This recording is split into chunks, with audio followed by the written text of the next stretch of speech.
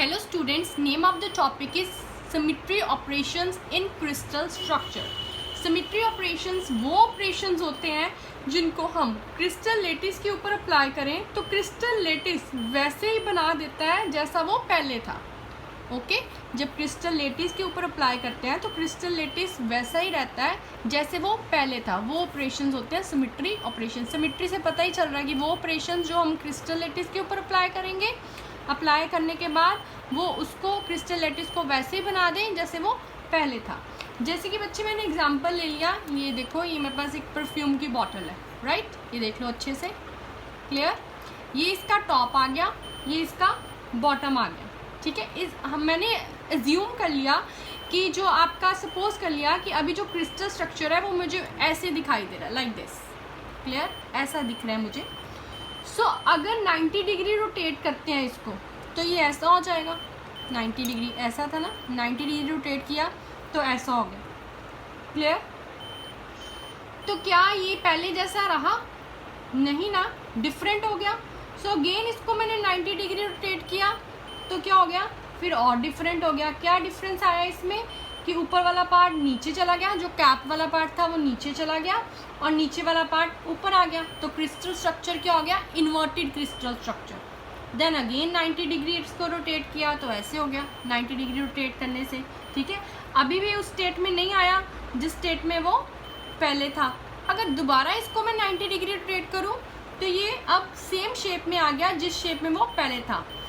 That means अगर हम इसको 360 रोटेट कर रहे हैं, 90 90 90 90, तो दैट मीन्स अगर 360 डिग्री रोटेट कर दें तो क्रिस्टल स्ट्रक्चर वापस उसी शेप में आ जाएगा जिस शेप में वो पहले था. ओके तो ये एक सिमेट्री ऑपरेशन होगा जिसको हम क्रिस्टल स्ट्रक्चर के ऊपर अप्लाई करने के बाद क्रिस्टल स्ट्रक्चर जो है इनवेरिएंट रहे, ठीक है. इसके ऊपर ऐसे 90 90 90 90 क्रिस्टल स्ट्रक्चर वैसे का वैसा ही रहा, इनवेरिएंट रहा, ठीक है. तब रहा जब इसको मैंने 360 रोटेट किया तो उसी शेप में वापस आ गया जिस शेप में वो पहले था. तो सिमेट्री ऑपरेशंस भी वही ऑपरेशंस हैं जिसको हम क्रिस्टल स्ट्रक्चर में अप्लाई करें तो क्रिस्टल स्ट्रक्चर का जो इन्वायरमेंट है वैसा ही रहे जैसे वो पहले था. सो ऑपरेशन अप्लाई करने के बाद भी सेम उसकी कंडीशन रहे तो हम बोलेंगे कि हमने क्रिस्टल स्ट्रक्चर के ऊपर सिमेट्री ऑपरेशंस अप्लाई किए हैं. तो बच्चे इसकी डेफिनेशन क्या आ जाएगी? आई होप आपको एग्जांपल से समझ आ गया होगा. इसकी डेफिनेशन आएगी symmetry operations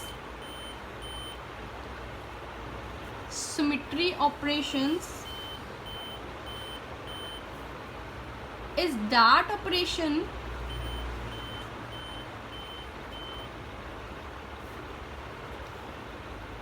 which when applied, किसके ऊपर अप्लाई किया था? to the crystal structure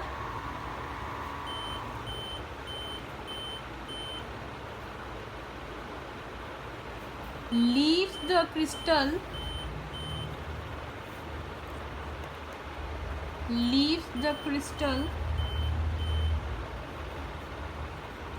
structure, leaves the structure or the leaves the crystal structure, कुछ भी लिख सकते हो. invariant मतलब सेम रहे, वेरी ना करे. that is the environment of the crystal is same as it was before. the environment of crystal structure remains same. I repeat, symmetry operation is that operation which when applied to the crystal structure leaves the crystal structure invariant. that means उसका जो crystal structure का environment है वो vary ना करे, same रहे. okay so there are three types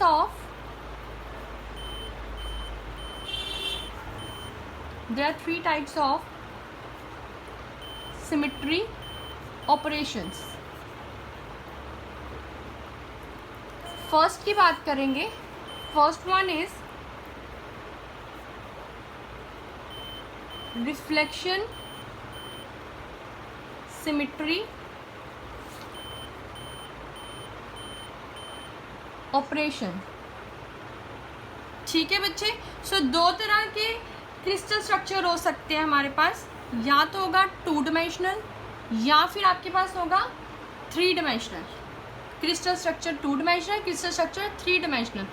तो हम कहेंगे कि क्रिस्टल स्ट्रक्चर के पास रिफ्लेक्शन सिमेट्री है, या तो उस क्रिस्टल स्ट्रक्चर के अंदर एक लाइन एग्जिस्ट कर रही हो, या फिर उस क्रिस्टल स्ट्रक्चर के अंदर एक प्लेन एग्जिस्ट कर रहा हो जिसके थ्रू हम क्रिस्टल स्ट्रक्चर को 2 इक्वल हाफ्स में डिवाइड कर सकें। और जो 2 हाफ्स होंगे पूरे आइडेंटिकल होंगे, एक दूसरे की मिरर इमेज होगी। जब उसको डिवाइड करें तो आपस में दोनों बिल्कुल सेम हों। फॉर एग्जांपल डायग्राम के से समझते हैं हम। Suppose you have a 2 dimensional figure, ठीक है, लाइक आपके पास ये एक सर्कल है। सो रिफ्लेक्शन सिमेट्री में मैंने आपको बता दिया 2 तरह के आगे, 2D और 3D, ठीक है। So crystal is in the form of circle, then you can divide this crystal structure by along this line, you can say, ठीक है। जब बच्चे इसको इस लाइन के थ्रू डिवाइड कर दोगे तो आपको 2 हाफ्स मिल रहे हैं, हाफ नंबर 1, हाफ नंबर 2। ये दोनों हाफ क्या है, बिल्कुल आइडेंटिकल है, आइडेंटिकल हाफ, ठीक है, एग्जैक्टली एक दूसरे से मिलते जुलते हैं और एक दूसरे की मिरर इमेज है दोनों हाफ्स।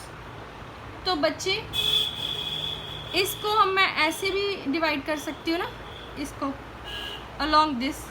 इस केस में भी आपको 2 हाफ्स मिलेंगे, हाफ नंबर 1, हाफ नंबर 2, जो कि एक दूसरे की मिरर इमेजेस हैं और बिल्कुल आइडेंटिकल होंगे। सो इस केस में हम कहेंगे जो क्रिस्टल स्ट्रक्चर है वो रिफ्लेक्शन सिमेट्री पोजेस कर रहे हैं। सपोज आपके पास 3 डायमेंशनल क्रिस्टल स्ट्रक्चर होगा तो आप उसमें लाइन नहीं ड्रॉ करोगे, प्लेन ड्रॉ करोगे। ये याद रखनी है।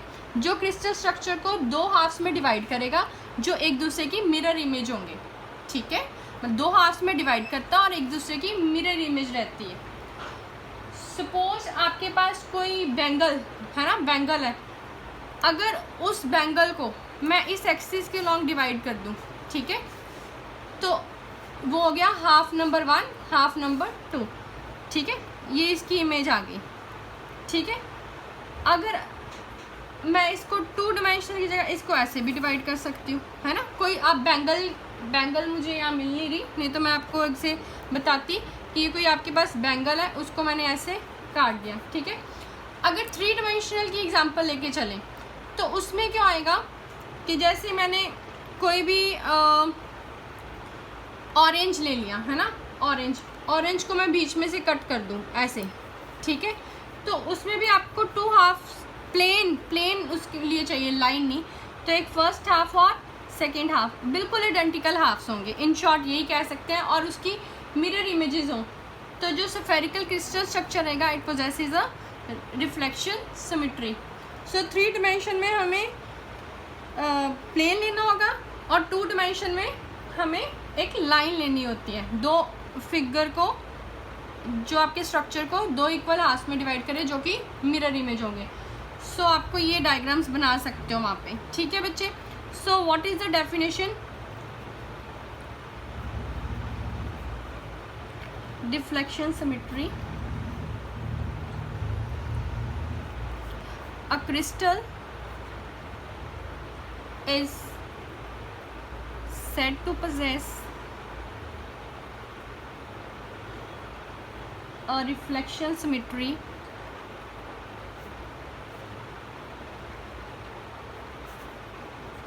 if there exists a line 2 dimensional में और a plane in 3 dimensional, है ना, which divides the crystal into 2 identical halves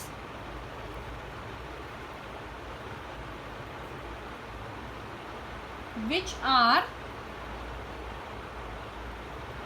mirror images of each other, I repeat, a crystal is said to possess a reflection symmetry if there exists a line or a plane which divide the crystal in two identical halves which are the mirror images of each other. ठीक है, अगर line exist करे या plane exist करे, ठीक है, जो एक क्रिस्टल को दो आइडेंटिकल हाफ में डिवाइड करे और जो दो आइडेंटिकल हाफ होंगे वो क्या होंगे, एक दूसरे की मिरर इमेजेस, ठीक है, उसको बोलेंगे वो क्या है, reflection symmetry operation. Clear. Next is second is rotation symmetry operation. Important है ये.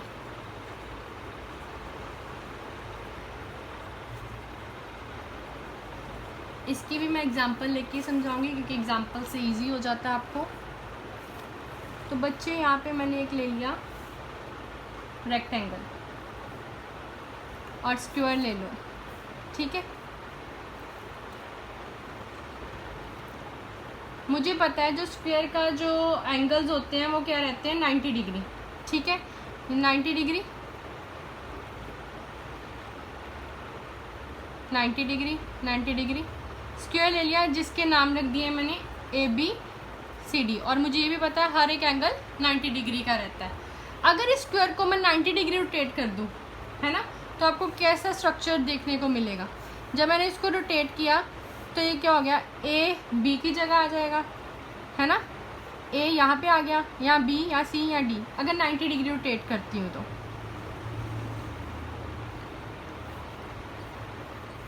पॉइंट डिस्प्लेस हो गए ABCD, एंगल्स वही रहे 90 डिग्री. सो बच्चे आप देख रहे हैं जो क्रिस्टल की शेप है उसमें बिल्कुल चेंजेस नहीं आए, वो सेम रही. अगर इसको मैं 90 डिग्री रोटेट कर रही हूँ, अगर एक और बार 90 डिग्री रोटेट कर रही हूँ तो क्या हो जाएगी, फिर सेम रहेगी.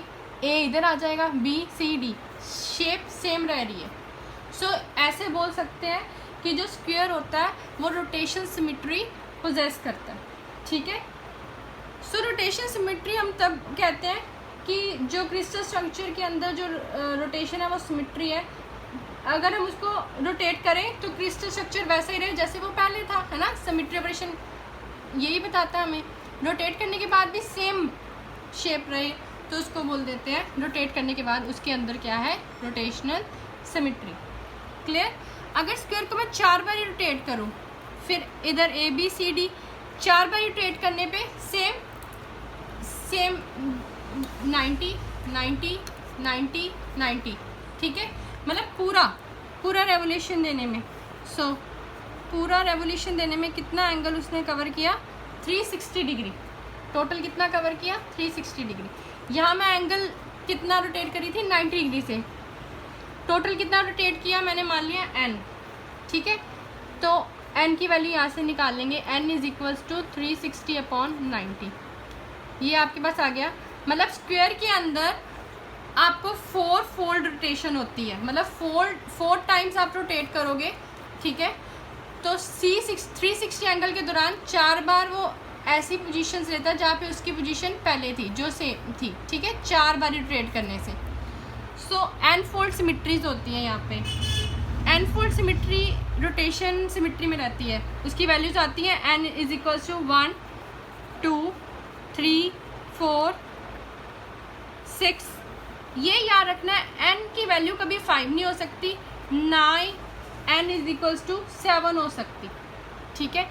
N की वैल्यू ना ही 5 हो सकती ना ही 7. अब ये क्यों नहीं हो सकती ये मैं नेक्स्ट वीडियो में बताऊंगी, ठीक है, कि जो रोटेशन सिमेट्री है does not possess 5 fold symmetry and 7 fold symmetry, ठीक है. ये 1 फोल्ड 2 3 4 और 6 फोल्ड रोटेशन सिमेट्री, 5 और 7 फोल्ड रोटेशन सिमेट्री एग्जिस्ट नहीं करती. क्यों नहीं करती नेक्स्ट में मैं बताऊंगी, एक्सप्लेन करूंगी पूरा, ठीक है. एक और एग्जांपल दे सकती हूँ. ये देखो एक साइकिल का मैंने व्हील ले लिया और इसमें बहुत सारी स्पोक्स होती हैं, ठीक है. ABCDEFGH. बच्चे ये मैंने मान लिया 30 डिग्री है. हर एक स्पोक्स के बीच में एंगल सेम होता है, ये भी आपको पता है, मतलब ये भी 30, ये भी 30, ये भी 30, ये भी 30, ये भी 30, ये भी 30, ये भी 30, ऑल 30 हो गया, ठीक है। अगर मैं इस व्हील को 30 डिग्री रोटेट करती हूँ तो मुझे न्यू शेप कैसे देखने को मिलेगी? पहले मैं वैसी शेप बना लूँ। अगर 30 डिग्री रोटेट करती हूँ तो, है ना, तो क्या आएगा, क्या हो जाएगा, ए वाला पॉइंट 30 डिग्री रोटेट किया है मैंने, ए वाला पॉइंट कहाँ पे आ जाएगा, बी की जगह में।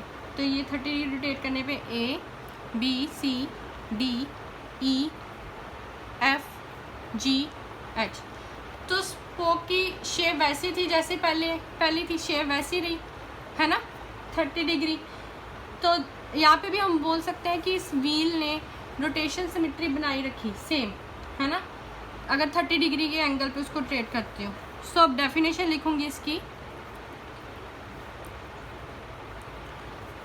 a crystal is said to possess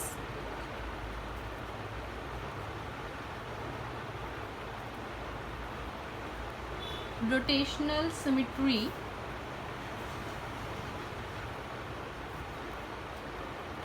if crystal remains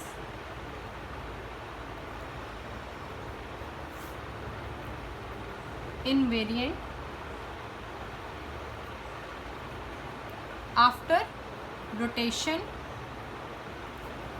through angle theta. तो बच्चे आप डायग्राम कौन सा बना के आओगे इसमें पेपर में?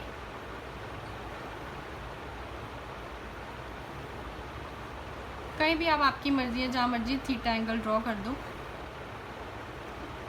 ठीक है। और इसका रोटेशन शो करके आना है इधर क्लॉकवाइज और एंटी क्लॉकवाइज। यहाँ पे मैंने रोटेट होता दिखा दिया कि ये क्लॉकवाइज रोटेट कर रहा है, थीटा कुछ भी हो सकता है, ठीक है। फॉर्मूला क्या होगा इसका? तो मतलब मैंने इसको n टाइम्स रोटेट किया थीटा एंगल से एक फुल रेवोल्यूशन देने के लिए। कितने टाइम्स रोटेट किया? n times, okay. Theta angle से, किस एंगल से रोटेट किया? थीटा एंगल से। फुल रोटेशन देने के लिए, फुल रोटेशन में कितना एंगल हो गया? 360। So n theta is equal to 360 degree.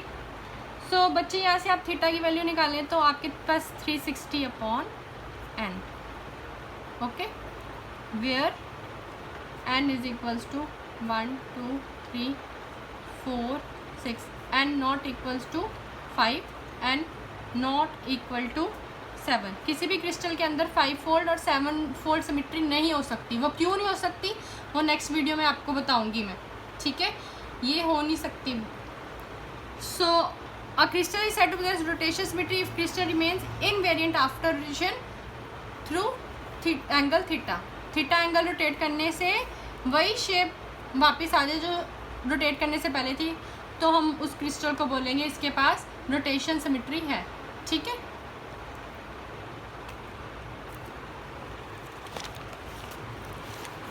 जैसे एग्जांपल दे सकते हैं, आइसोसेलेस ट्रायंगल को 60 डिग्री रोटेट करें तो वो सेम बन जाता है जैसे उसकी शेप पहले थी। सो डिफरेंट टाइप्स रहती हैं इनकी, ओके। सो फर्स्ट हो गया रोटेशन, रिफ्लेक्शन, और नेक्स्ट में हम लास्ट सिमेट्री ऑपरेशन है अब, that is inversion symmetry operation. इसके लिए बच्चे आपको दो चीज़ें पता होनी चाहिए। It is applicable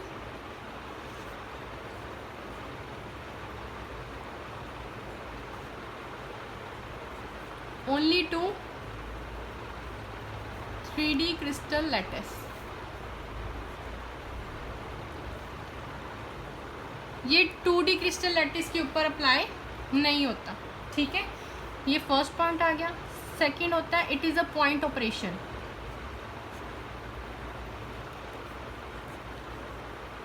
point operation मतलब ये ऐसा ऑपरेशन है जो पॉइंट के ऊपर ही एप्लीकेबल होता है, ठीक है। 3 डायमेंशनल का मतलब, सबसे पहले हम 3 डायमेंशनल लैटिस ड्रॉ कर लेंगे।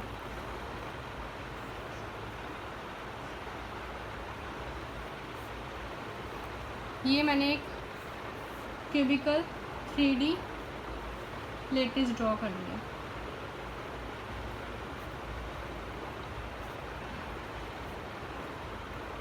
क्लियर। यहाँ पे हमने एक लैटिस पॉइंट मान लिया सेंटर पे। ओके, तो बच्चे अगर मैं ये डायगोनल लूँ, है ना, ये डायगोनल, यहाँ पे एक लैटिस पॉइंट होगा, यहाँ पे भी एक लैटिस पॉइंट होगा। मान लिया मैंने यहाँ ओरिजिन, इस लैटिस पॉइंट का ओरिजिन है ओ, ये यहाँ से इसके पोजीशन वेक्टर है आर। सो डायगोनल के दूसरे एंड पर भी मुझे एक लैटिस पॉइंट देखने को मिलेगा। ठीक है, ये हो गया लैटिस पॉइंट, दिस वन, ये वाला। सो यहाँ पे क्या आ जाएगा, ये आ गया हमारा ये वाला पॉइंट, इसका पोजीशन वेक्टर हो गया -r, इसका पोजीशन वेक्टर आ गया r। ठीक है, इस लैटिस पॉइंट से इसका पोजीशन वेक्टर है r। सिमिलरली r के कॉरस्पॉन्डिंग इस लैटिस पॉइंट के डायग्राम के दूसरे एंड पे भी एक लैटिस पॉइंट देखने को मिल रहा है। ठीक है, जिसका पोजीशन वेक्टर ले लिया मैंने -r। सो इस केस में मैं कहूँगी क्रिस्टल लैटिस के पास इन्वर्जन सिमेट्री है। कब होगी? If every lattice point at position r there exist another lattice point at position -r। ठीक है, तभी उसके पास इन्वर्जन सिमेट्री प्रेजेंट है। ठीक है, अब इसकी डेफिनेशन लिख लेते हैं। A crystal is said to poses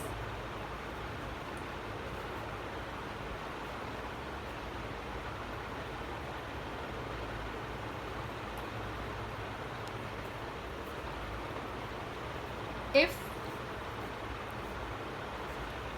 for every lattice point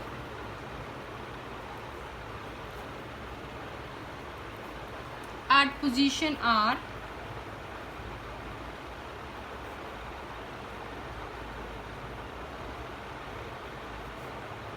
there exists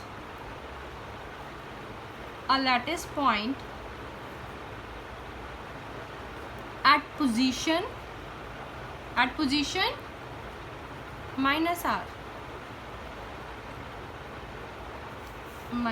-r, it is